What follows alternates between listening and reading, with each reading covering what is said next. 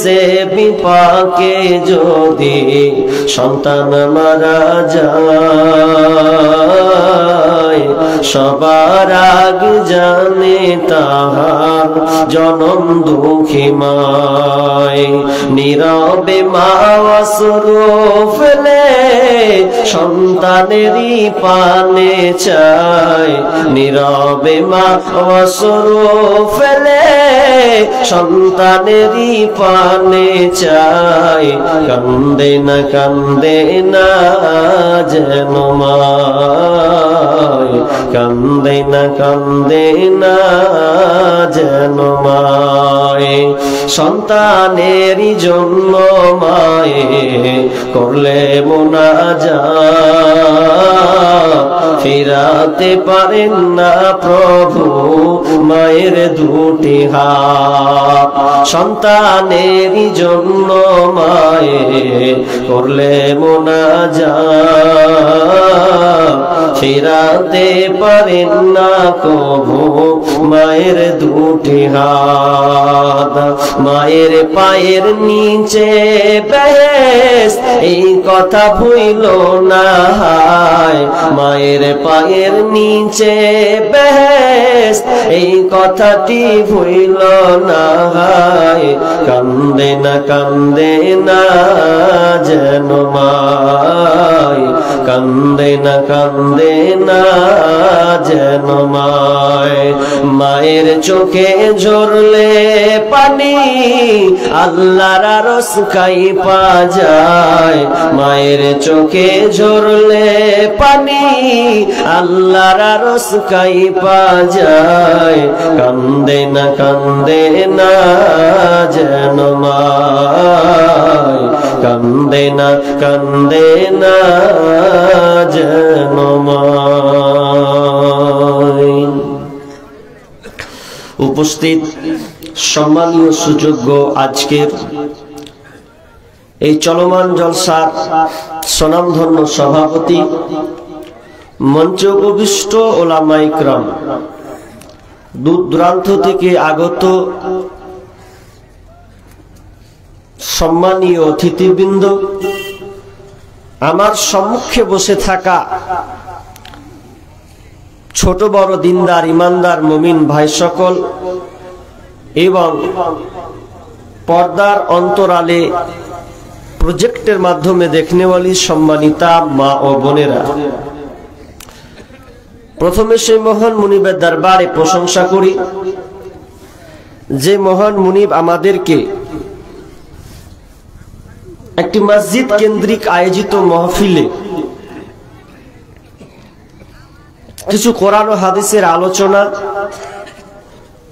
ও আমলের উদ্দেশ্যে যে মাবুদ আমাদেরকে একটি সুযোগ দিয়েছেন, সে আল্লাহ সুবহানাহু ওয়া তাআলার শুকরিয়া আদায় করি, বলি আলহামদুলিল্লাহ।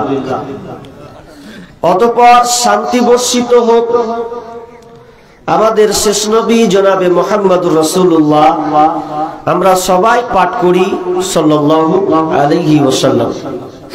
ভাই, শীত পড়ছে বুঝতে পারছি, কুয়াশাটা বাড়ছে, কিন্তু যতই বার একজন ইমানদারের কাছে এগুলো কিছুই না। একজন মুমিন ইমানদারের কাছে এগুলো তেমন কিছুই না। আমরা কেমন মুসলিম, কেমন ইমানদার, এর থেকে কত রমজান মাস সামনে আসবে, গরমের সময় আরে 45-47 ডিগ্রি সেলসিয়াসকে সহ্য করে আমরা আল্লাহকে দেখাই যে সিয়াম অবস্থায় আছি। আমরা ওই লেভেলের মুসলমান। তো আলহামদুলিল্লাহ, আপনাদের ধৈর্যের পরিচয় দিচ্ছেন, আল্লাহ দেখছেন। নইলে যেভাবে শীত পড়ছে, মানুষকে আটকে রাখা খুব মুশকিল। কিন্তু যার ইমানি দিল জজবা যদি বলে যে না আমি বসবো, কে ঠেকাই? কেউ পারবে না। আর আমরা অবগত আছি এটা মসজিদের 1 বছরে একটা প্রোগ্রাম হয়, তো আমরাই যদি না থাকি তো আর কে সাড়া দেবে? আল্লাহ তো এটা দিয়ে আমাদেরকে পরীক্ষা করছেন যে বান্দা পরিস্থিতি তো অনেক রকম হবে। আজকে আপনাদের এখানে এইভাবে আল্লাহ পরীক্ষা নিচ্ছেন। ইনশাআল্লাহ আমার পরবর্তী আলোচক শাইখুল হাদিস, যিনারা আপনারা চিনেন, পরিচিত মানুষ, তো উনি থাকবেন, উঠবেন না। আমার টাইম 11টা বা একটু বাড়বে, এরকম একটা হবে, যেহেতু আমার ট্রেন আছে ওই জন্য টাইমটা নির্ধারণ করা হয়েছে। আমার আজকের আলোচ্য বিষয় দুইটা হবে, কিছু আংশিক টাচ দিয়ে আমার আলোচনা শেষ করব। আল্লাহ তাআলা প্রথমত নির্দেশ দিচ্ছেন, আমি আর ভূমিকা বলছি না যেহেতু সময় কম। নির্দেশ দিচ্ছেন, আল্লাহ রায় ঘোষণা করছেন। ওয়াকাযা, কযা মানে হচ্ছে, কযা মানে যে কাজী হয়, রায় ঘোষণা করে না। ওয়াকাযা রাব্বুকা, আল্লাহ আমাদেরকে রায় দিচ্ছেন, ঘোষণা দিচ্ছেন, নির্দেশ দিচ্ছেন। আর আল্লাহ যদি কোনো জিনিস নির্দেশ দেয়, আদেশ করে, তাহলে আমাদেরকে ওটা মানতে বাধ্য কি বাধ্য নয়? আমাদেরকে মানতেই হবে। যদি বলেন মানবো না, ভেড়া আল্লাহ কইছে সবই মানবো না, আপনাকে মানতেই হবে। একটু শুনেন কি বলছি আমি আপনাদের। কযা মানে হচ্ছে রায় ঘোষণা করা। কে দেয়? একটা বিচার বসলে ফায়সালা হয়, হয় কি হয় না? ফায়সালা দেয়, নির্দেশ দিয়ে দেয় যা সমাধান হবে। তো আপনি বলছেন যে তোমার বিচার করা হয়নি, বিচার মানবো না। হ্যাঁ, এখন আপনি এই রায়টা মানছেন না, কিন্তু আপনার অপশন আছে। আপনি দুনিয়াতে যদি বিচার না মানেন, দুনিয়াতে কয়েক ধরনের বিচার আছে, আদালত আছে, আছে কি নাই? আদালত আছে। যেমন আপনি বিচারকের ফয়সালা আপনার পছন্দ হলো না, তো আপনি চলে যাবেন কোথায়? তো ম্যাজিস্ট্রেট কোর্টের কাছে আপনি আপিল করবেন। ম্যাজিস্ট্রেট কোর্টে আপিল করার পর যদি তার রায়টাও যদি আপনাকে ভালো না লাগে, তাহলে আপনি কোথায় যাবেন? হাইকোর্টের কাছে আপনি যে আপিল করবেন, হাইকোর্ট আপনাকে রায় ঘোষণা করবে। আপনাকে রায় ঘোষণা করার পর জজ কোর্টের কাছে আপনি যাবেন। জজ কোর্টের আপনাকে রায় মানতে ভালো লাগবে না, আপনি হাইকোর্টের কাছে যাবেন। হাইকোর্টের কাছে আপনি আপিল করবেন যে আমার আগের রায়গুলো আমার পছন্দ হয়নি, আমার ওগুলো আমাকে ভালো লাগেনি, তো আপনি আমাকে ইনসাফ বিচার করে দেন, ফয়সালা করে দেন। এরপরেও যদি আপনাকে হাইকোর্টের আইন মানতে ভালো না লাগে, আবার আপনার জন্য অপশন আছে, সুপ্রিম কোর্টের কাছে আপনি যাবেন। সুপ্রিম কোর্ট আপনাকে রায় ঘোষণা করবে। এবার যদি আপনি বলে দেন আমি সুপ্রিম কোর্টের রায়কে মানব না, তাহলে আপনার আর কোনো উপায় নাই, কারণ সুপ্রিম কোর্টের উপরে আর কোনো কোর্ট নাই। শেষ স্তর সুপ্রিম কোর্ট। সুপ্রিম কোর্ট যেটা বলবে ওটাই আপনাকে মানতে হবে। ঠিক তেমনি ভাবে আল্লাহর পরে আর কোনো আইন চলবে না। আল্লাহ রায় ঘোষণা করেছেন, ওটাকে আমাকে আপনাকে সকলকে মেনে নিতে হবে। ওয়াকাদা রাব্বুকা, আল্লাহর রায় ঘোষণা দিয়েছেন, কি কি রায়গুলো আছে ওগুলো আমাকে আপনাকে মানতে হবে, মুসলিম হিসাবে মানতে হবে।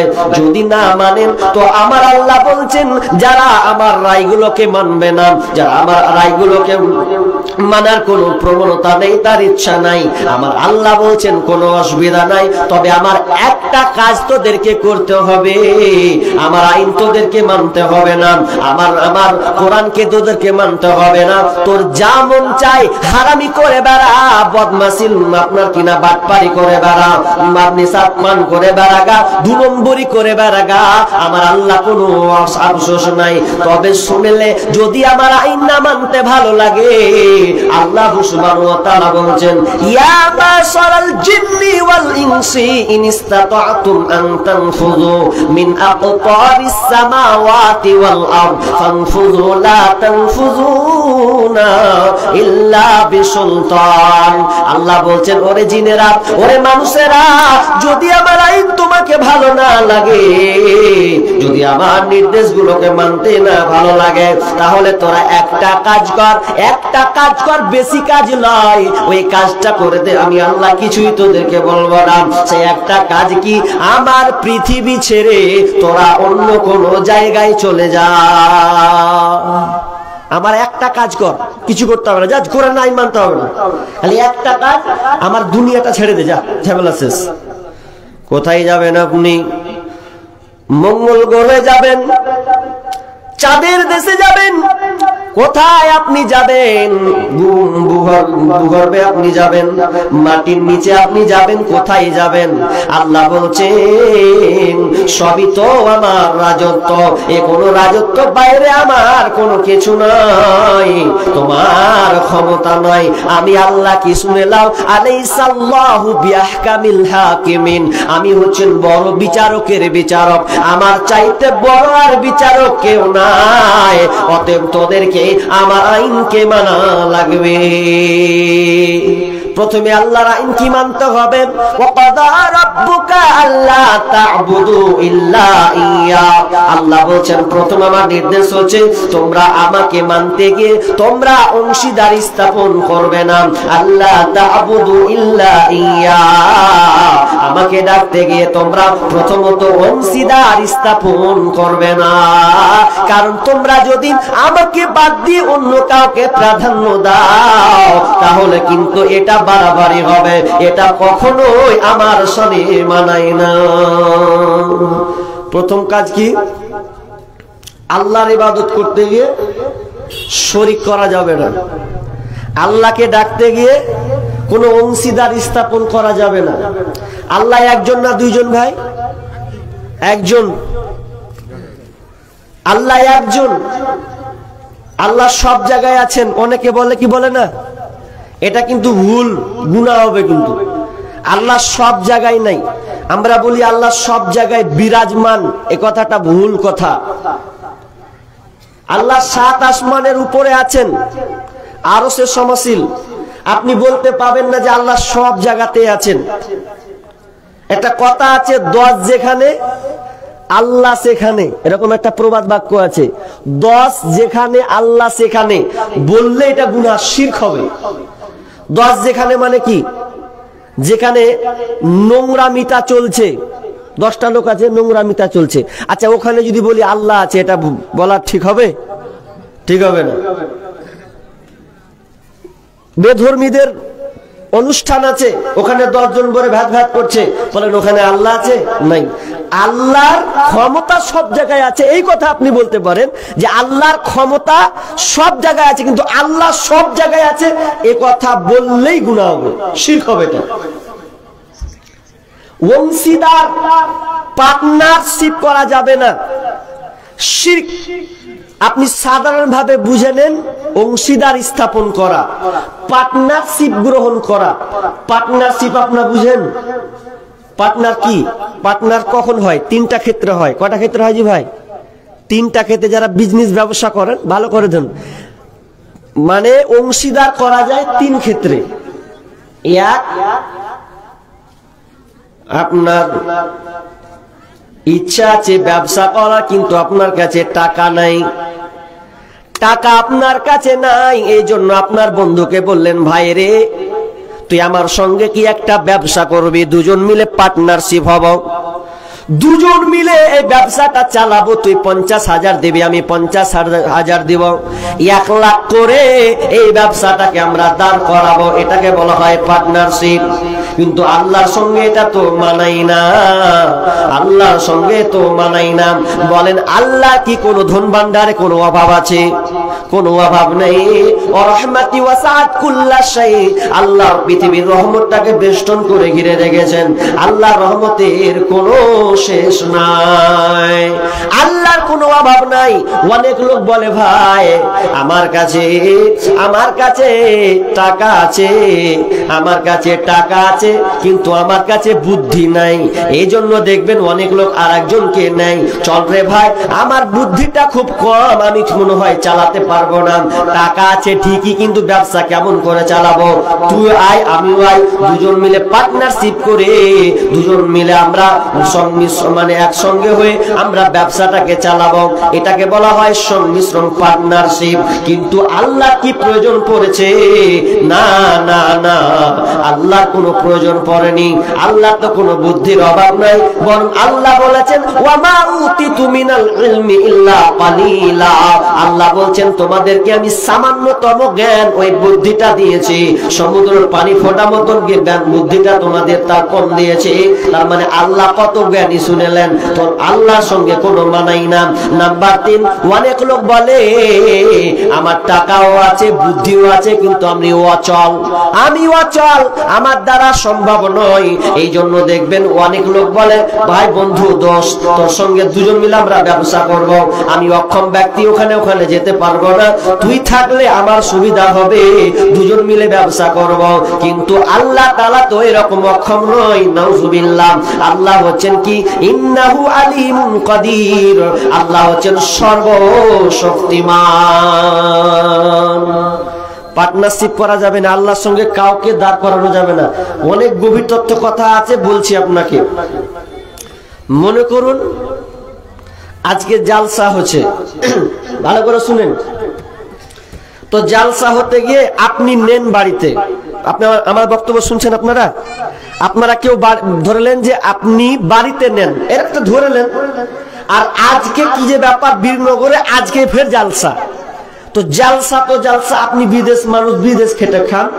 এখন আপনার বিবি বাড়িতে আসে, তো বিবি যখন বাড়িতে আসে তো আপনার বিবি ফোন করা কয়েছে, হ্যাঁ জি জালসা, আজকে জালসা, তুমি ফের নেই। তো তার আগে ফোন করা বলছে কত বিবিকে আপনি ভালোবাসেন, তো বিবি ফোন করে, মাঝে মধ্যে ফোন করে, কত পিয়ারা। দেখেন আপনি স্ত্রীকে এত মহব্বত করেন, এত ভালোবাসেন যে আপনার বিবি যা চায় তাই আপনি দেন। লে পাগলি কি লিবি, কোন ব্যাপার নাই, আপনি মন খুশি ওকে দিচ্ছেন। হঠাৎ করে ফোন করছে, স্বামী আমার কেমন আছেন, তো বলছে ভালো আছি। বিবি তুই কেমন আছিস, বলছে ও ভালো আছি। খাওয়া দাওয়া কেমন, তো খুব সুন্দর খাওয়া দাওয়া হয়েছে। এখন খাওয়া দাওয়াটা ভালো হলো, তারপর দিন আপনার বিবি আপনাকে ফোন করছে, হ্যালো। ফোন করতে করতে এমন সময় বিবি আর লজ্জাতে বলতে পারছে না, বলছে স্বামী গো, বলছি তো কেমন কেমন লাগছে। ওরে পাগলি বল, ওরে আমার সোনা কলিজা, বল বল বল, কি এমন কথা বলবে। তখন বলছে স্বামী আমার, আপনি আমাকে যে কানেরটা কত সুন্দর করে বানিয়ে দিয়েছেন, কিন্তু পুরা কপাল খারাপ, কি যে আল্লাহ কোন কি যে আজাব পরীক্ষা শুরু হলো, কানেরটা আমি আর খুঁজে পাই না। তখন স্বামী বলছে পাগলি, এগুলোর লেগে ফের ই করতে হয়, হারালছে, মন খারাপ কেন করছিস, আমার মাসে 30-25 হাজার ইনকাম, তোর হালে তো কি হলো, ফের আসবো, ফের বানিয়ে দেবো। বিবি তখন মুচমুচি হাসছে, জায়গা স্বামী কিছু কহিলে না রে, হলো। আর একদিন ফোন করছে, ফোন করতে করতে বলছে স্বামী আমার কি যে বাড়িতে অবস্থা, ওদিনকে দেখনু কানেরটা হারিয়েছে, এখন দেখছি হাতের বালাটাও খালি পাই না, হাতের বালাটা যে কুঁধে রাখনু আর খুঁজে পাওয়া যায় না। স্বামী রে, বাড়িতে কি বিপদে নামলো। তখন স্বামী বারবার বলছে বিবি রে, ওরে আমার কলিজা, তোকে আমি কতটা ভালোবাসি, তোকে আমি প্রাণ জান প্রাণ দিয়ে আমি ভালোবাসি রে, খবরদার এ কথা বলিস না, তোর হাতের বালা হারালে বা কি, আমি বাড়ি আসলে তুই আর টেনশন করিস না, আমি হাতের বালাটাকে বানিয়ে দেব। দুইটা জিনিস হারালাম, এমন সময় হয়ে গেল। তারপর দিন বলছে স্বামী আমার নাকেরটা দেখছি ঘুম থেকে উঠা পাওয়া যায় না। সব কিছুতে স্বামী মেনে নেয়, স্বামী বলে ঠিক আছে বলিস না, যা হারিয়েছে হারাতে দে, একদিন বাড়ি এসে তোকে সবগুলো আমি বানিয়ে দেব। এই করতে করতে করতে আজকের ডেটে আপনার ফোন করেছে, স্বামী আমার ডেট করলো, আপনাকে ফোন করে, আপনি আসতে পারেননি, কিন্তু কিন্তু কিন্তু এমন হয়ে গেছে, আজকে ধরলেন জালসা শেষ হয়ে গেছে। এরপরে দিন ভেবে স্বামীকে ফোন করে বলছে স্বামী আমার তুমি তো এলে না বাড়ি, তোমার বন্ধু বাড়িতে এসেছিল। ও বন্ধু এসেছিল রে, হ্যাঁ। খাওয়া দাওয়া খুব সুন্দর, খাওয়া দাওয়া সবই করেছি স্বামী, কিন্তু লজ্জা লাগছে, বলতে লজ্জা লাগছে, কি বলবো, লজ্জার কথা বলতে শরম লাগছে।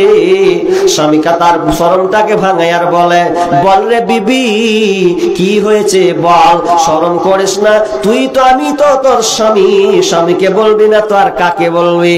তখন এ করতে করতে করতে করতে এক পর্যায়ে বিবি বলে ফেললো, স্বামী আমার, কালকে যে বীরনগরে জালসাটা হয়েছিল, এই জালসাতে তোমার বন্ধু এসেছিল, খুব ঠান্ডা কনকনে শীত কুয়াশা, আর এর মধ্যে আপনার বন্ধু আর বাড়ি গেল না, আমি থাকতে বললাম তো থেকে গেল, থাকলো তো থাকলো, তোমার বন্ধু অন্য কোনো ঘরে নয়, তুমি যেখানে ঘুমাও একসাথে দুজনে ঘুমাই, ওই ঘরে তোমার বন্ধু আমার সাথে ঘুমিয়েছিল। হাজি এবার কি করবে, বলছে হোক গা পাগলি, যা শুনগা করবে এরকম কথা, মিটার তো কোন দিকে চাপবে আল্লাহ ভালো জানে। এতদিন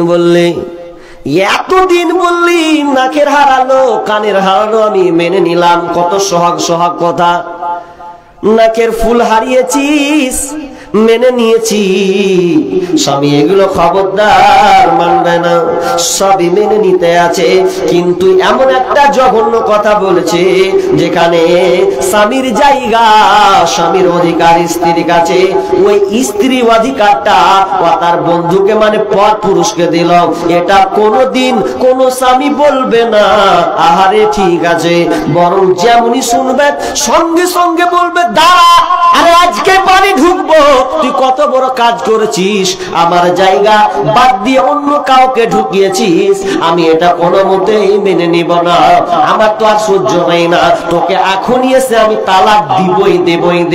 তার মানে শুনেলেন, আপনি সহ্য করতে পারছেন না, অন্য এসে ঢুকেছে, তো আমার আল্লাহ কেমন করে সহ্য করবে?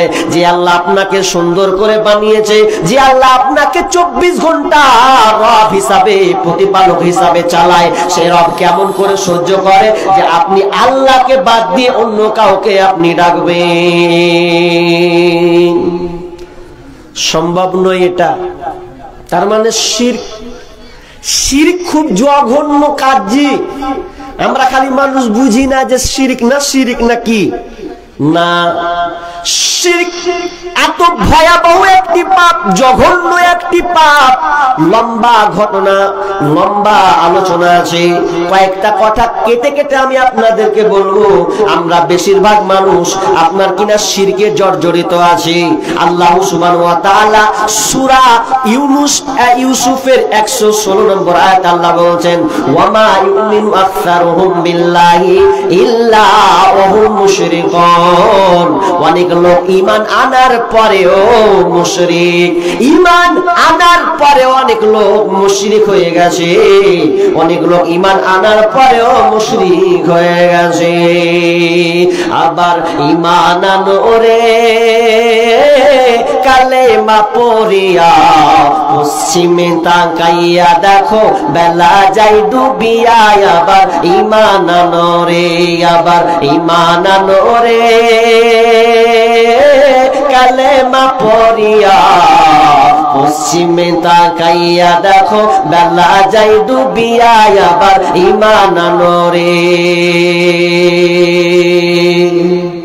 মাঠে ঘাটে ইন্টারনেটে ধর্মের প্রচার বেশ, সবাই এখন ধার্মিক সাজে আমলে নাই নেস। আরে যে যার পথে চললে মানে, যে যার মতন চললে মানে, না হয় দেয় ছাড়িয়া, আবার ঈমান আনোরে কালেমা পড়িয়া পশ্চিমে তাকাইয়া দেখো বেলা যায় ডুবিয়া, আবার ঈমান আনোরে, আবার ঈমান আনোরে কালেমা পড়িয়া পশ্চিমে তাকাইয়া দেখো বেলা যায় ডুবিয়া, আবার ঈমান আনোরে।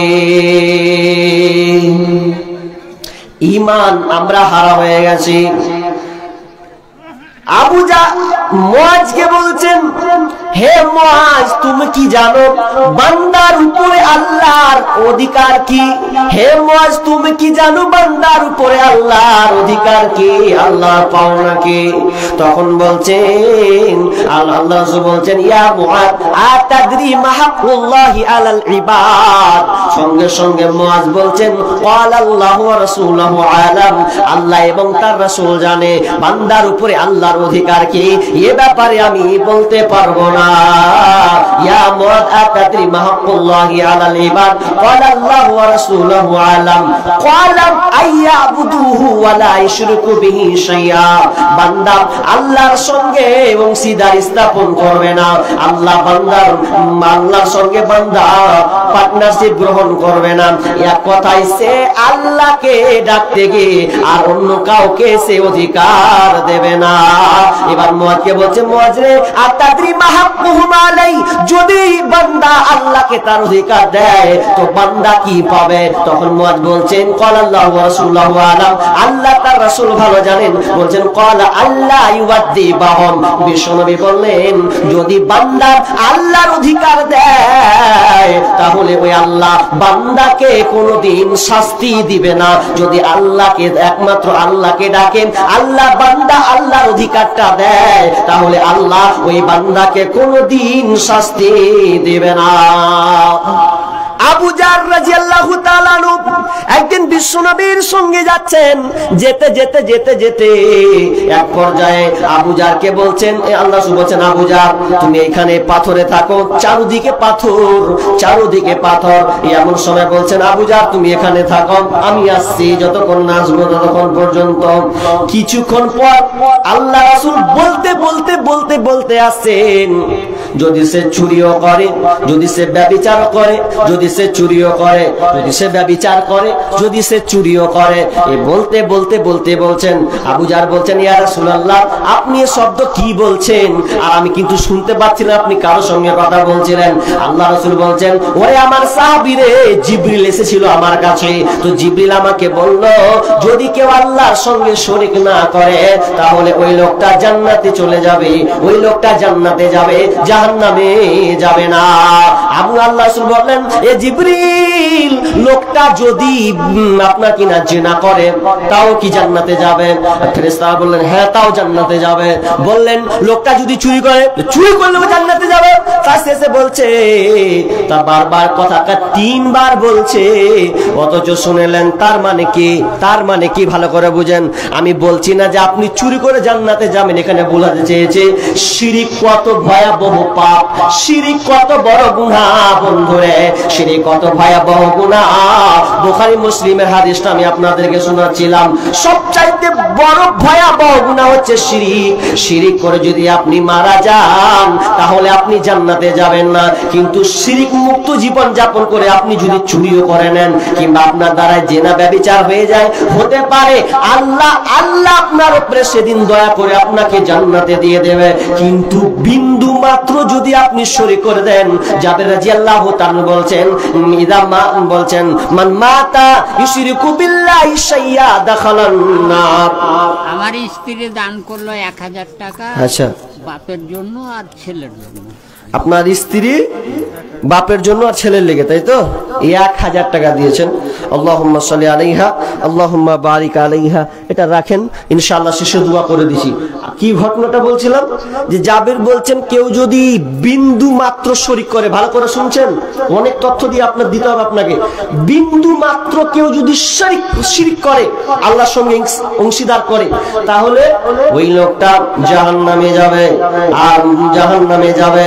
আর বিন্দু মাত্র যদি সে শিরক না করে, যদি অংশীদারি স্থাপন না করে, তাহলে লোকটা জান্নাতে চলে যাবে। অথচ আমরা জানি যদি কোনো ব্যক্তি ব্যভিচার করে, দুনিয়াতে যদি জেনা ব্যভিচার করে, বুখারী মুসলিমের হাদিস, বিশ্বনবী বলেছেন জেনা করার পর তার শাস্তি হচ্ছে বিয়ের আগে যদি জেনা করে, কোন মেয়ে ছেলের সঙ্গে ধরা পড়ে যায়, তাহলে দুজনকে 100 কোড়া মারো, 100 বেত্রাঘাত লাগাও। কোন ছেলে মেয়ে ধরা পড়ে গেছে চলবে না, কি করতে হবে? ও দুজনাকে পিটে 100 লাঠি সবাই দেখুক, এটা হচ্ছে নিয়ম। আর কি বিয়ে করেছে এরপরেও ধরে বসে আছে, আজি বাড়িতে বিবি আছে, বিবি থাকার পরে অন্য সময় আবার টিপুস টাপুস করেছে, ধরা পড়েছে একদম ভুট্টার হয়ে ঝামেলা। এবার যদি ধরা পড়ে শরীয়ত কি বলছে? ওর বাঁচার পথ নাই। কি নেই ওর বাঁচার পথ নাই। কি করতে হবে? শরীয়ত যেটা হচ্ছে সমাধান, ওকে কোমর পর্যন্ত পুতুক, সবাই মিলে ওকে পাথর মার, পাথর মেরে মেরে ওকে হত্যা কর, বাঁচার পথ নেই।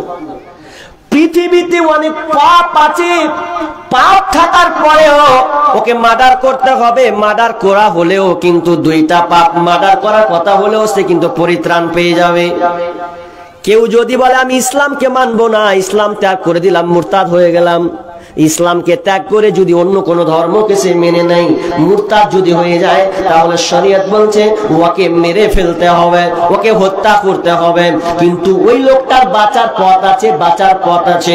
কি? লোকটা বলে, যদি বলে না না না আমার ভুলে গেছে, আমি আবার ইসলামে দাখিল হয়ে গেলাম, ইসলামে আবার প্রবেশ করলাম, তাহলে লোকটাকে আর হত্যা করতে হবে না। নাম্বার 2, কেউ যদি কাউকে হত্যা করে, মানে আপনার কি না কাউকে শক্তির ক্ষমতা দেখিয়ে হত্যা করে, তাহলে ওকেও হত্যা করতে হবে, কারণ নিজের হাতেও হত্যা করেছে, ওকেও হত্যা করতে হবে। ওর বাঁচার পথ নাই, ওকেও হত্যা করে দাও। কাতালের উপরে কাতাল, হত্যার উপরে হত্যা। তখন ওই যে যাকে হত্যা করা হয়েছে, ওর বাড়ির লোক যদি বলে দেয় জাগা ছেলেটা হত্যা করেছে, আমরা ছেলেটাকে ক্ষমা করে দিলাম, মাফ করে দিলাম, তাহলে ছেলেটা বেঁচে যাবে, ওকে আর হত্যা করতে হবে না। কিন্তু যদি কোনো একটা ছেলে কিংবা মেয়ে বিয়ে করার পর যদি কোনো ছেলের সঙ্গে তার সম্পর্ক, নিরসন সম্পর্ক খারাপ, ব্যভিচার পর্যায়ে চলে যায়, যদি কোনো একটা ছেলে কোনো মেয়ের সঙ্গে ব্যভিচারে সম্পূর্ণভাবে লিপ্ত হয়ে যায়, তাহলে দুজনকে ঢেল মেরে মেরে মারতে হবে। আর কোনো পৃথিবীর কেউ নাই যে ওরা দুজনকে বাঁচাবে।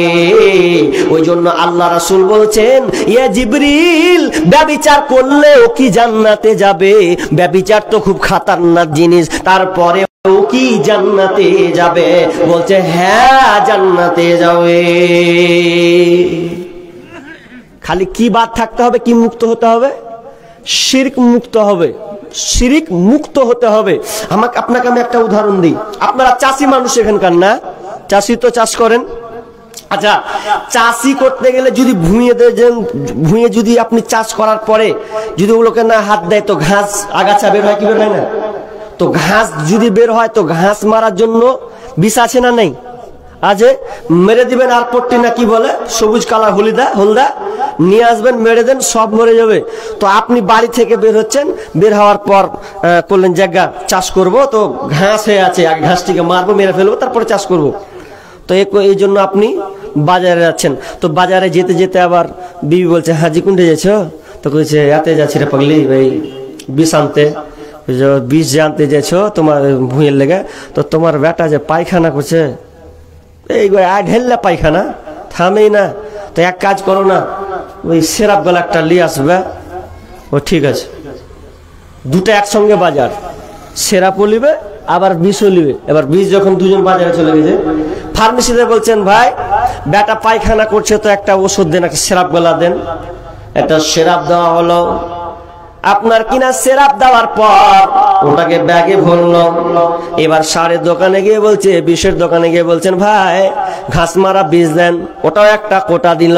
কোটা দেওয়ার পর দুটাকে ব্যাগে ভরে নিয়েছি। ব্যাগে ভরার পর বাড়ি গিয়ে বলছে, বাড়িতে দুইটা আলমারিতে একসঙ্গে রেখে দিয়েছি। ভালো করে কান লাগান, শিরক কত ভয়াবহ জিনিস আপনাকে বোঝানোর জন্য বলছি। দুইটা ওষুধ পাশাপাশি আলমারিতে আছে। এখন বিবিরা তো খুব হ্যান্ডা, না আনলে যে এমন কথা শোনাবে, আজি লেস খেপি লেসি, অত চিল্লাই কিসের লাগে? আমি একটা কাজে যাচ্ছি, বুঝলি, ওই আলমারিতে রাখা আছে, যা খিলিয়ে দিবি, 5 ml খিলিয়ে দিবি। আচ্ছা 5 ml খিলিয়ে দিবি, কহে পাগলি, আর তো কিছু বুঝে না, না বুঝলে যা হয়। এবার আলমারিতে পায়খানা সেরাপ ধরবে, কি ধরেছে? বিষের ঘাস মারা বিষের বোতল ধরে এবার 5 ml মাপছে। মাপার পর এবার বেটাকে বিসমিল্লাহ করে খাওয়াছে। আচ্ছা কহেন তো বেটা মরবে না বাঁচবে? কথা কহেন না জি? মরবে, নিশ্চিত কি মরবে। এখানে দুটা অপশন আছে, মরতেও পারে আবার বাঁচতেও পারে। যদি ওকে আল্লাহ হায়াত দান করে, হায়াত দারাজ করে, তাহলে ওই বাচ্চাটা বেঁচে যেতেও পারে। কিন্তু ভুল করেছে মা যে এত বড় ভুল করলো, তাহলে বলেন কি ওই সেরাপটা খেয়ে কি পায়খানা সারবে? না, জীবনেই সারবে না। কিন্তু এতে বাঁচার অপশন আছে, অপশন আছে, অপশন আছে। কিন্তু একটা মানুষ যদি শিরিক করে মারা যায়, শিরিক করে যদি মারা যায়, তাহলে ওই কোনদিন জান্নাতে যাবে না, জান্নাতে যাবে না। কারণ এর কোনো বাঁচার পথ নাই। বিষকে বাঁচার একটা অপশন অফার থাকে, অপশন থাকে। বিষকে একটা মানুষ বেঁচে যেতে পারে, অনেকে বেঁচেও যায়। কিন্তু শিরিক করে যদি কেউ মারা যায়, তাহলে কোনদিন ও জান্নাতে যাবে না। জাগরে যুবক নওজোয়ান, দেখে রে চাহিয়া ওরা কি জায়গা গিয়া, খাজা নামের গান। পীর মুর্শিদের দোয়াই বাড়ি আছে কত আজাজিল শয়তান। জাগরে যুবক নওজোয়ান, দেখে রে চাহিয়া ওরা কি জায়গা গিয়া, খাজা নামের গান। তামাম দুনিয়া গিয়েছে ভরিয়া শিরক ও বিদআতে, ইসলাম বুঝি দুনিয়া হতে বিদায় নিতেছে। তামাম দুনিয়া গিয়েছে ভরিয়া শিরক ও বিদআতে, ইসলাম বুঝি দুনিয়া হতে বিদায় নিতেছে। কত কবরে জলের প্রদীপ, মসজিদে নেই বাতি। কত কবরে জলের প্রদীপ, মসজিদে নেই বাতি। খানকা বাজারে সিন্নি লইয়া উঠেছি সব মাটি, এখনো তোর ঘুমের ভান। জাগরে যুবক নওজোয়ান, দেখে রে চাহিয়া ওরা কি জায়গা হিয়া, খাজা নামের গান। শিরিক থেকে আপনাকে বাঁচতে হবে। শিরিক কত ভয়াবহ জটিল পাপ। আল্লাহ তাআলা বলছেন, ইন্নাহু মাইয়ুশরিক বিল্লাহি ফাকাদ হারামাল্লাহু আলাইহিল জান্নাত ওয়া মাওয়াহুন নার ওয়া মা লিয-যালিমিনা মিন আনসার। আল্লাহ সুবহানাহু ওয়া তাআলা বলছেন, যারা ইন্নাহু মাইয়ুশরিক বিল্লাহি ফাকাদ হারামাল্লাহু আলাইহিল জান্নাত, যারা আল্লাহর সঙ্গে অংশীদারি স্থাপন করবে তাদের জন্য জান্নাত হারাম। ওয়া মাওয়াহুন নার, তাদের জন্য জাহান্নাম অবধারিত। ওয়া মা লিয-যালিমিনা মিন আনসার, আর আল্লাহ তাআলা তাদেরকে, ওই জালিমদেরকে সাহায্য করবেন না। শিরিক খুবই মারাত্মক। কেমন মারাত্মক জানেন? আল্লাহ তাআলা সূরা আনআমে 88 নম্বর আয়াতে বলছেন, ওয়ালাউ আসরাকু লাহাবিতু আনহুম মা কানু ইয়ামালুন। কেউ যদি শিরিক করে, তাহলে তার সমস্ত পূর্বে যত নেকিও করেছিল সব নেকি বাতিল, বাদ। মানে ভালো ভালো কাজ করেছেন, তার মধ্যে আপনার শিরক ঢুকা আছে, সব নেকি বরবাদ, একটাও টিকবে না, বরবাদ। আপনি যদি শিরকের সঙ্গে যুক্ত হন, আল্লাহ তাআলা আপনাকে ক্ষমা করবে না, একটা অপরাধ। দুই, আপনার ঈমান থাকবে না, দুটো অপরাধ। নাম্বার 3, জান্নাত হারাম। 4, জাহান্নাম অবধারিত। কতগুলো জি ভাবতে পারেন? তাহলে আপনাকে শিরিক থেকে বাঁচতে হবে। এবার দুই একটা কথা বলি, শিরিক কি বলে দিই, দুই একটা কথা। না তো বলবেন যে এখন শিরিক করে গেছেন, তো শিরিকগুলা কি একবার বুঝান। আচ্ছা বলেন তো, সন্তান কে দেয়? আল্লাহ দেয়। তো আপনার কাছে বিশ্বাস আছে? মুর্শিদাবাদের লোকের আকীদা একটা খারাপ আছে মুসলিমদের ঘরে, কি যে আমাদের মুর্শিদাবাদের পাশে একটা ডিস্ট্রিক্ট, তার নাম হচ্ছে বীরভূম। বীরভূম ডিস্ট্রিক্টে যখন ওই পাথর চাপড়ির সময় আসবে, তো সময় যেদিনই আসবে সেদিনই ওরা সব হাঁটবে, কিলিয়া পটলি মটলি বেঁধালিয়া কোথায় যাবে? ওই পাথর চাপড়িতে গিয়ে সন্তান চাই। মানে বাধা চাই, কোনো সন্তান হয় না, ওই লাগে ওখানে গেলে সন্তান চাই। সন্তান চাওয়ার কেমন টেকনিক জানেন? একটা সন্তান দে রে বাবা, মিন্নতি করি তোর দরবারে, যদি মরা পাতা পরে গাউসের উপরে, যদি টাটকা মরা পাতা পরে গাউসের উপরে, ছেলে হবে রে বাবা যাবে মরে, যদি জিন্দা পাতা পরে গাউসের উপরে, যদি টাটকা পাতা পরে গাউসের উপরে, ছেলে হবে রে বাবা যাবে বেঁচে। আর দুটো শয়তান আছে, ও শয়তান খালি বলছে আয়া হারে আয়া হারে, এরকম করছে। আর সন্তান চাইছে, ভন্ডা মুরজাকা ভন্ডা নাই, ওই মাজারে গিয়ে চাইছে ও দয়াল বাবা ভন্ড বাবা লাগে আমার ডর, ফেরেশতারা মগর মারবে কবরের ভিতর বাবারে, ফেরেশতারা মগর মারবে কবরের ভিতর। আরে দয়াল বাবা এত গুণী, মুট্টা লইয়া লই না রে পানি, পেশাব করে বলে পানি লাগে না, তো এক জায়গায় জিজ্ঞাসা করছে তোমার ন্যাংটা বাবা কেন পানি লাই না মুতার পর, মুতার পরে কেন পানি লাই না? তখন বলছে আমার বাবা খুব পবিত্র, আমার বাবা খুবই পবিত্র রে বাবা, ন্যাংটা বাবা এত সাধু বাবা পবিত্র। বলছে শুনে লাও, আমার বাবা কেন পেশাব করার পর পানি খরচ করে না? বলছে কারবালার ময়দানে হুসেন পানি পানি পানি করে তা কান্না করেছিল, পানি পানি করে, যে পানির জন্য কান্না করতে হয়েছে হোসেনকে, পানি পাইনি কারবালা ময়দানে, তো আমাদের বাবা কেমন করে ওই জায়গায় পানি ঠেকাবে? যুক্তি তো শালা খুব ভালো হে। তা আমি বলছি হ্যাঁ তোর বাবা যদি মুতার পারে পানি খরচ না করে মেনে নিনু, কিন্তু তোদের বাদাম বাবা হাগু করার পর তাহলে কি করে? কি করে? তখন ভেজালে ফেলতেছে, ভেজালে নয়। আজকে আমাদের অবস্থা কি করুন, বাবার অভাব নেই, বাবার অভাব নাই, কিন্তু না না না দরগায় গিয়ে অনেক মা বোন পাথর চাবড়ে গিয়ে চায়। আপনাদের মালদার দেশের মানুষ যায় কিনা জানি না, মুর্শিদাবাদে প্রায় জায়গায় পাথর চাবড়ে গিয়ে সন্তান চায়, সন্তান চায়। আর শুধু ওখানে এমন বাজে বাজে কথা হয়, আপনার মাথা খারাপ হয়ে যাবে। খালি একবার যাবেন, পানির নিচে বাতি জলে, পানির নিচে কোন বাতি জলে? হ্যাঁ, পানির নিচে বাতি জলে, ফু দিলে তা নিবে না। ওরে খাজার নামে জিকির করলে, ওরে খাজার নামে বাবার নামে জিকির করলে, এখানে নামাজ রোজা লাগে না। এরকম হচ্ছে। আর সব যাচ্ছে তো বলছে ভালো জায়গাতে এসছি, নামাজ রোজা কিচ্ছুই লাগবে না, ছেলে মেয়ে পাওয়া যাবে, কত মারাত্মক। আচ্ছা বলেন তো ওখানে ছেলে সত্যি কি পাওয়া যায়? সন্তান দেওয়ার মালিক কে? আল্লাহ নিজে বলছেন লিল্লাহি মুলকুস সামাওয়াতি ওয়াল আরদ, লিল্লাহি মুলকুস সামাওয়াতি ওয়াল আরদ ইয়াখলুকু মা ইয়াশা ইয়াহাবু লিমান ইয়াশাউ ইনাসা ويهب لمن يشاء الذكورا أو يزبزهم ذكرانا وإناثا। আল্লাহ সুবহানাহু ওয়া তাআলা বলেন আমার পৃথিবী দুনিয়াটা রাজত্ব হচ্ছে আমার হাতে।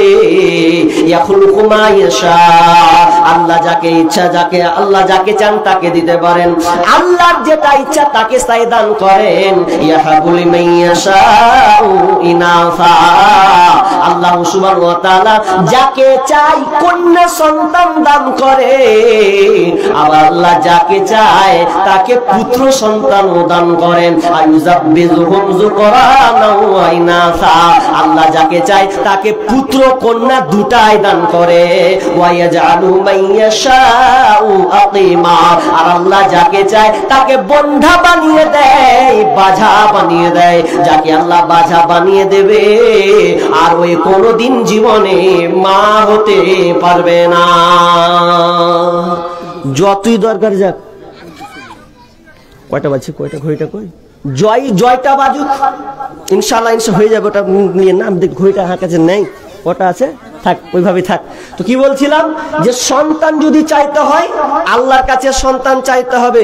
এটা গেল একটা, আর ব্যাখ্যা বিশেষত করছি না। তবে মনে রাখবেন, আমরা এত অধমের অধম, এত নিচে নেমে গেছি যে কুকুরে কয়টা করে বাচ্চা হয়? জি 7টা 8টা করে বাচ্চা হয়।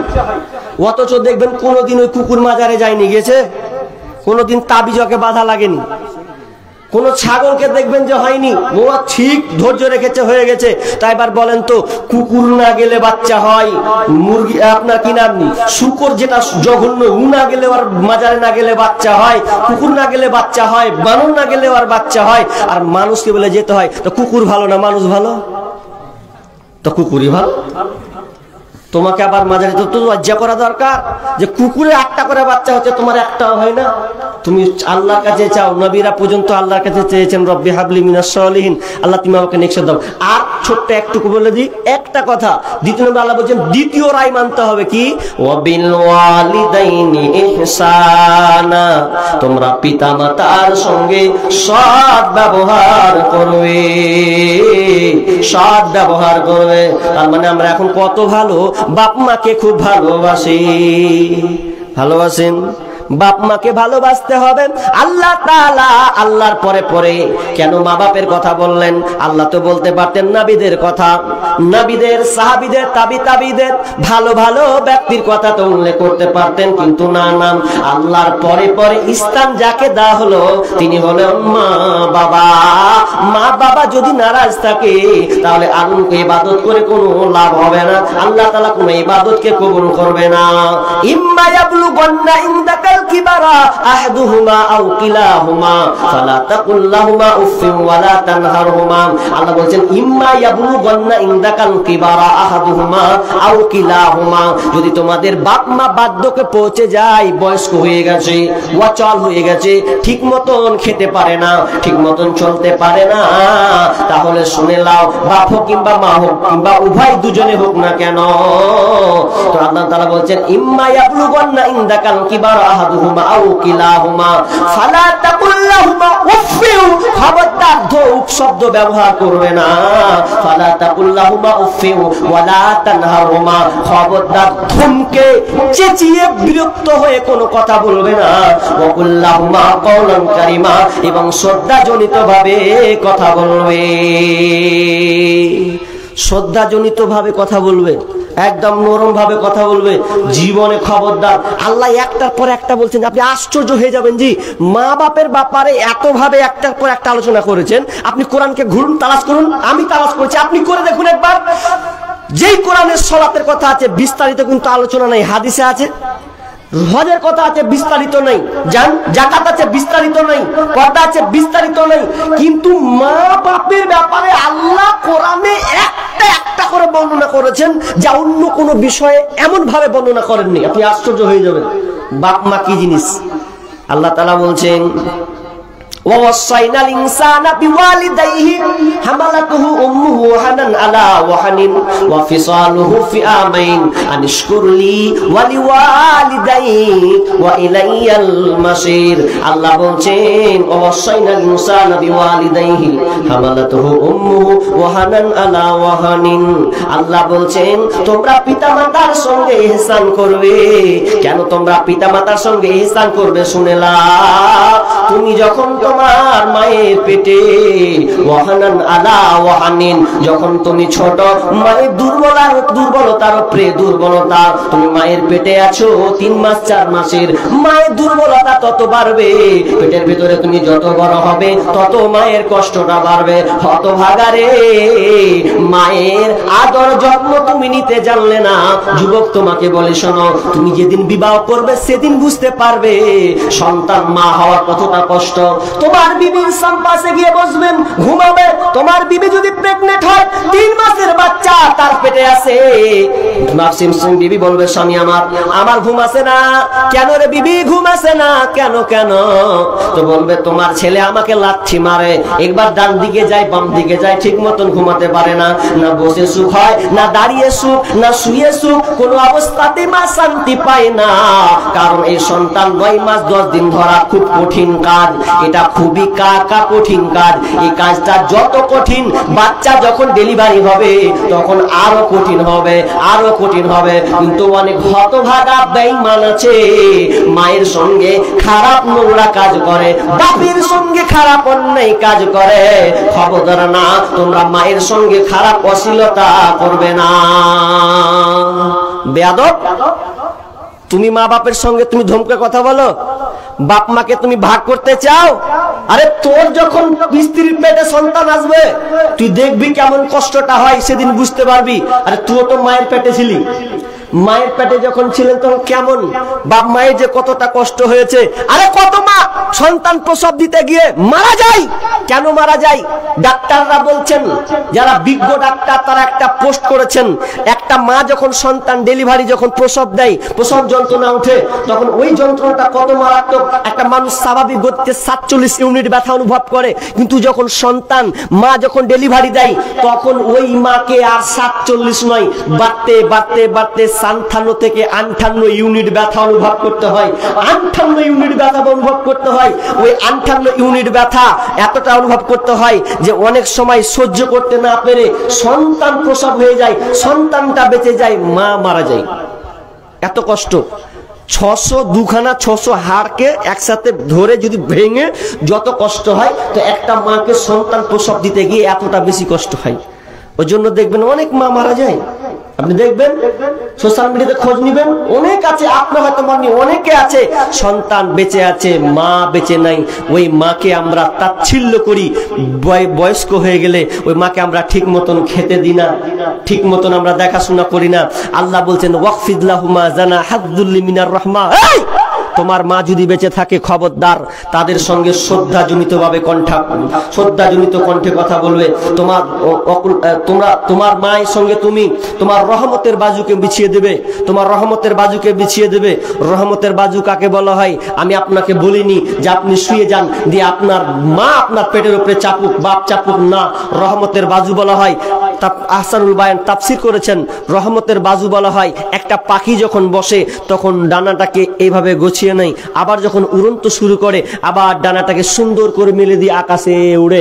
ঠিক তেমনি ভাবে আপনার মা পারছে না, অসুস্থ, আপনার মাকে আপনি হাঁটান।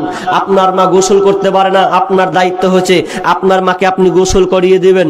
আপনার মায়ের দাঁত চিকিৎসা দরকার আছে, আপনি তাকে নিয়ে যাবেন। খেতে পারে না, আপনাকে খাওয়াতে হবে। এর নাম হচ্ছে রহমতের বাজু। রহমতের বাজু আপনি বুঝেননি? বাপ মায়ের সঙ্গে জীবনে কোনোদিন উল্টা পাল্টা কথা বলবেন না। জীবনে যদি বাপ মাকে খুশি করে যদি মনে করেন যে আমি সংসার করব, জীবনে শান্তি পাবেন না। আমার কাছে অনেক প্রমাণ আছে। বক্তা হলে কি হবে? প্রমাণ অনেক আছে যারা বাপ মায়ের সঙ্গে খারাপ ব্যবহার করেছে। একজন বেঈমান মাকে নিজের পায়ে লাত মেরেছে, মসজিদে থাকি, পায়ে লাত মেরেছে, তো আল্লাহ থাম সহ্য না করে ওর যে পায়েও লাত মেরেছে ওর মাকে, আল্লাহর সহ্য হয়নি, বরদাস্ত হয়নি, ওই পায়ে ওর পোকা হয়েছে। পোকা, মায়েকে লাত মারা, তো এমন পোকা এমন ঘা হয়েছে, এখন পর্যন্ত লোকটা বেঁচে আছে, এখনো বেঁচে আছে। তো ও এখনো কোনো ডাক্তার ওর পাকে সারাতে পারে না, কোন ডাক্তার পারে না। তো আপনি কি করে বুঝলেন মায়ের সঙ্গে আপনি খারাপ ব্যবহার করেন? আরে মা এমনই মা যে আপনাকে বাঁচানোর জন্য মা দুনিয়া ছেড়ে চলে যাবে, কিন্তু আমরা বুঝলাম না। এমন হয়ে গেছি মা পাগলা, মানে বউ পাগলা হয়ে গেছি, শাশুড়ি পাগলা হয়ে গেছি আজকালকার, মাকে বলে ভুলে গেছি। আরে স্বার্থ ছাড়া বন্ধু বান্ধব কাছে আসে না, বিনা স্বার্থে কেউ কাউকে ভালোবাসে না, স্বার্থ ছাড়া শুধু ভালোবাসে আমার শাশুড়ি মা। ঠিক নাকি? শাশুড়ি বিনা স্বার্থে ভালোবাসে না, খালি বউকে খালি দুদিন কিল দিয়ে দেখেন, কি ফোন যাবে আর আসবে। স্বার্থ ছাড়া কে ভালোবাসে? স্বার্থ ছাড়া বন্ধু বান্ধব কাছে আসে না, বিনা স্বার্থে কেউ কাউকে ভালোবাসে না, স্বার্থ ছাড়া ভালোবাসে শুধুই আমার মা, স্বার্থ ছাড়া ভালোবাসে শুধুই আমার মা। এই জন্য তো একজন সাহাবী বলছেন, ইয়া রাসূলুল্লাহ মান হাক্কুন নাসি বিহুসনি সাহাবাতি, আমার প্রথম উত্তম আচরণে কে অধিকার রাখে? বলছেন ক্বালা উম্মুক, তোমার মা। কাউরি কথা বলছে না, ক্বালা সুম্মা মান, তারপর কে? ক্বালা উম্মুক, তারপরেও তোমার মা। কলা সুম্মামান, তারপর কে? এরপরে তোমার মা। তিনবার খালি মায়ের কথা বলেছেন, এটাও ব্যাখ্যা আছে অনেক লম্বা, আজকে বলছি না। 4 নম্বরে বলছেন কলা সুম্মামান, বলছেন কলা সুম্মা আবুকা। 4 নম্বর হচ্ছে তোমার বাপ। বাপ রাখে মা কবার পেল জি? 3 বার। বাপ সান্ত্বনা পুরস্কার নিয়ে থেকে যাও, কারণ মায়ের কষ্টটা বেশি। কিন্তু আজকে আমরা বাপ মাকে কষ্ট দিচ্ছি। এই ব্যাপারে অনেক কথা আছে, আপনি বাড়িতে গিয়ে ভাববেন ভাববেন ভাববেন ভাববেন মা বাপকে আপনি কত যে কষ্ট দিয়েছেন। না, আপনি কষ্ট দিয়েন না। বাপ মা যদি খারাপ হয় কোনোদিন উপশব্দ ব্যবহার করবেন না, ধমকাবেন না, আপনি বুঝাবেন, এরা চেষ্টা করবেন বুঝাবেন। কোনোদিন বাপ মাকে খাবার থেকে বঞ্চিত করবেন না। ইনশাআল্লাহ আমি বলবো, ইনশাআল্লাহ সময় চলে আসছে আর খুব জোরে 20 মিনিট আছি। 20 মিনিট। ভাই যারা বাপ মাকে খুব ভালোবাসেন, কিংবা আপনার জীবনে বাপ মায়ের সঙ্গে একটু ঝামেলা হয়েছে হতে পারে, যদি হয়েও থাকে, একটু ওই বাপ মার জন্য একটু সাদকা করতে শিখুন। যাক, বাপ মায়ের আমি খিদমত করতে পারিনি, আল্লাহ তাআলা বলছেন তোমার বাপ মায়ের সঙ্গে দোয়া করবে, রব্বির হামহুমা কামা রব্বায়ানি সগীরা। তোমার বাপ মায়ের জন্য তোমরা দোয়া করবে। কেন দোয়া করবে? তুমি বিদেশে আছো, বাপ মায়ের খিদমত করতে পারো না, তো তুমি বিদেশে গিয়ে ওই বাপ মায়ের জন্য তুমি দোয়া করো, আল্লাহ আমি বিদেশে আছি, খিদমত করতে পারি না, বাপ মায়ের খিদমত করবো, টাকার দরকার, আমি বিদেশে আছি, আল্লাহ তুমি আমার বাপ মায়ের উপরে রহম করো। রব্বির হামহুমা কামা রব্বায়ানি সগীরা। কেমন রহম? যেমন ছোটবেলায় আমি হাঁটতে পারতাম না, চলতে পারতাম না, ফিরতে পারতাম না, ঠিক মতন খেতে পারতাম না, কিন্তু মা আমাকে খাইয়ে দিত। আমার মা আমার মুখের ভাষা বুঝতো। পৃথিবী যদি মুখের ভাষা বুঝে তো মা আমাকে নিজের তার ভাষা, মাতৃভাষা শিখিয়েছেন। এই ভাষা আপনার মা আপনাকে শিখিয়েছে। যে চলতে পারতেন না, মা ঠান্ডার কনকনে শীতে আপনি পেশাব করে দিয়েছেন, মা বলছে আমার সন্তানকে এই জায়গায় শুয়াবো না, মা নিজে গ্রহণ করেছে, কিন্তু ওই মাকে, ওই মা সন্তানকে ওই বিছানে পেশাবের জায়গায় ঘুমাতে দেয়নি, মা নিজে গ্রহণ করেছে, বাচ্চাকে এক্সচেঞ্জ পরিবর্তন করেছেন। আচ্ছা বলেন, সেই মাকে আমরা কেমন করে কষ্ট দিই? বলেন, এরকম কেউ আছেন? সেই মায়ের জন্য আপনি দিবেন 500 1000 দেনেওয়ালা। আরে আগের আব্দুল নূর মৌলানাকে আপনারা দিয়েছেন অনেক, তো দিয়েছেন, যথেষ্ট দিয়েছেন, কিন্তু এরপরেও আমারও তো চাওয়ার একটা অধিকার আছে, কারণ আমাকে তো ডেকেছেন। তো আলোচনা শুনলেন, শোনার পর এবার আমি একটা লোকের কাছে চাইবো 5000 দেনেওয়ালা কেউ আছেন? 5000 টাকা দেনেওয়ালা? 5000 নেই? মা বোন, আল্লাহর রাস্তায় পেছন থেকে মা ও আমার খালারে যদি আংটি, গলার হার যদি এগুলো থাকে, হাতের বালা, ওগুলো দিতে পারেন, সুন্নতি দান, আমি দোয়া করব আপনাদের জন্য। আল্লাহর রাস্তায় বলেন কে আছেন আব্বার জন্য, মায়ের জন্য দিবেন? আল্লাহর রাস্তায় বলেন, আল্লাহর রাস্তায়। মায়ের দিলেতে ব্যথা কখনো দিও না, কখনো দিও না, মায়ের মতো এত আপন আর তো কেউ হবে না, সে মায়ের দিলেতে ব্যথা কখনো দিও না, কখনো দিও না।